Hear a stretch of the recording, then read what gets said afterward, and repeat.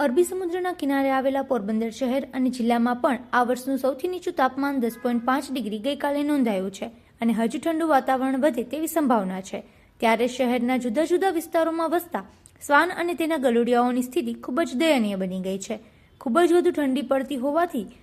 ગલુડિયાઓમાં પારવો નામનો રોગ ફેલાયો છે અને તેના કારણે અનેક બચ્ચાઓ મોતને ભેટી રહ્યા છે। ત્યારે તેઓને ઠંડીથી રક્ષણ આપવા માટે પોરબંદરના ખોડિયાર જ્વેલર્સવાળા અશોકભાઈ સોનીના સહયોગથી પોરબંદર આજકાલ દ્વારા એક વિશિષ્ટ સેવા યજ્ઞનો શુભારંભ થયો છે,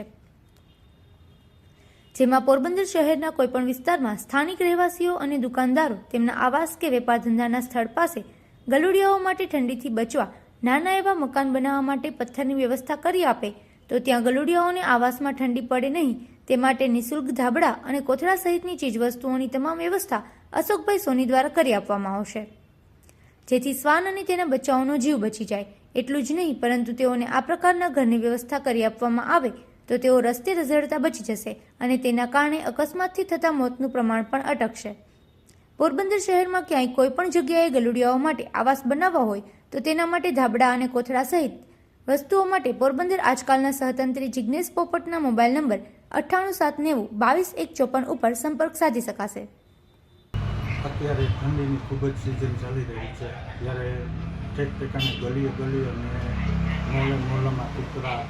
વ્યાય છે એ તો આપણે સૌ જાણીએ જ છીએ। અને આ ગલુડિયા બિચારા રાતે કેવા, આપણે આટલી ઠંડી લાગતી હોય તો ગલુડિયા તો બિચારાનું શું થાય અને અનેકો બિચારા મરે છે ઠંડીને કારણે। અને જે રાતે રાડું નાખતા હોય તો એના માટે અમે એક નવું આયોજન કરીએ છીએ કે જે જિજ્ઞેશભાઈને મેં આજે વાત કરી પોપટને કે જિજ્ઞેશભાઈ આ આપણે ધાબળા ઉઠાડીએ છીએ, ગરીબ લોકોની ઘણા સેવા કરતા જ હોય છે, તો આ એક નવું કંઈક કાર્ય કરો કે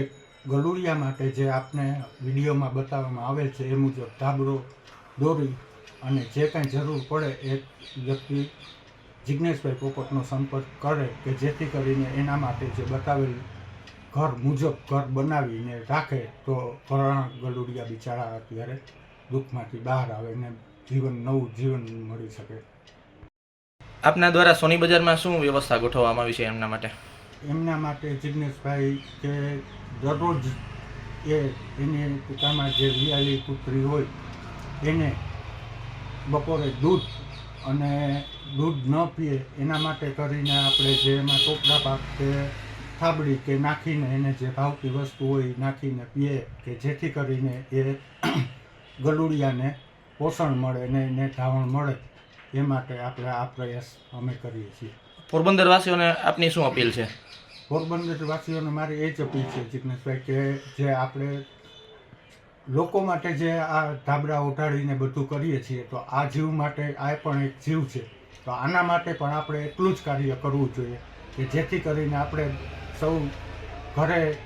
સાંભળતા જશું એ ગલુડિયાના અવાજ કે આવી કડકડતી ઠંડીમાં એ લોકોની હાલત શું થતી હશે, બરાબર? તો એ જીવ માનીને આપણે આ કાર્ય કરીએ।